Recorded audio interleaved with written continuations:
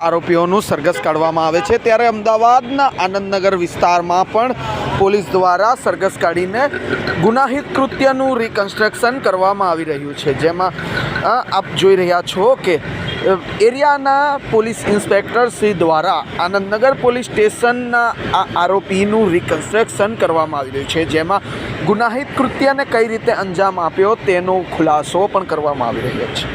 ગુનો હતો, શા માટે આ લોકો આવું કર્યું અને આરોપીઓ કોણ કોણ? આનંદનગર પોલીસ સ્ટેશનમાં 17મી જાન્યુઆરીએ ધવલભાઈ ઠાકોર કરીને એક ફરિયાદીએ સાહિલ દેસાઈ અને બીજા 7 આરોપીઓ વિરુદ્ધમાં રાયોટિંગની ફરિયાદ આપેલી।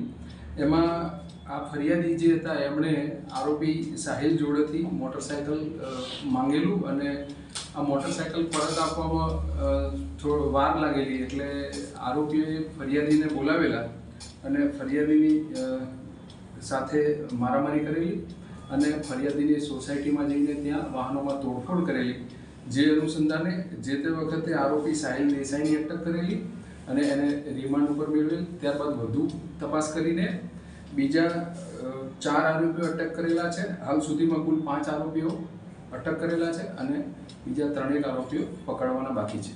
સાહેબ, ઝઘડો શું હતો એ લોકોની કે આ પ્રકારે તકરાર કરી, શું તપાસમાં સામે આવી છે? હાલ સુધીમાં તો તપાસમાં એવું જણાવે છે કે ખરેખર તો ફરિયાદી અને જે આરોપી છે ધવલ એ મિત્રો હતા, પરંતુ આ જે ફરિયાદીએ ધવલ જોડેથી જે બાઇક માંગેલું અને બાઇક એને સમયસર પરત ના કરેલું, એના લીધે બોલાચાલી થયેલી અને એમના વચ્ચે જે પૈસાની લેતી દીધી હતી કંઈ ઉછીના, એ આપવા બાબતે પણ કંઈક બોલાચાલી થયેલી, એટલે જે ધવલ અને બીજા આરોપીઓ હતા એમણે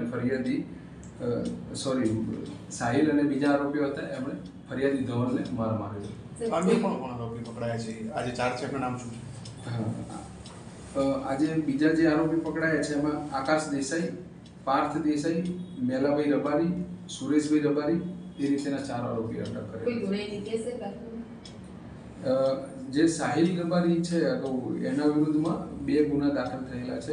2018માં એક અપહરણનો ગુનો છે અને 2024માં ફોન પર ધમકી આપવા બાબતનો ગુનો છે અને બાકીના જે આરોપી અટક કર્યા છે એની હાલ તપાસ ચાલુ છે। એમના વિરુદ્ધમાં એમના કોઈ ગુનાહિત ઇતિહાસ હશે તો એ બાબતે કાર્યવાહી કરવામાં આવશે।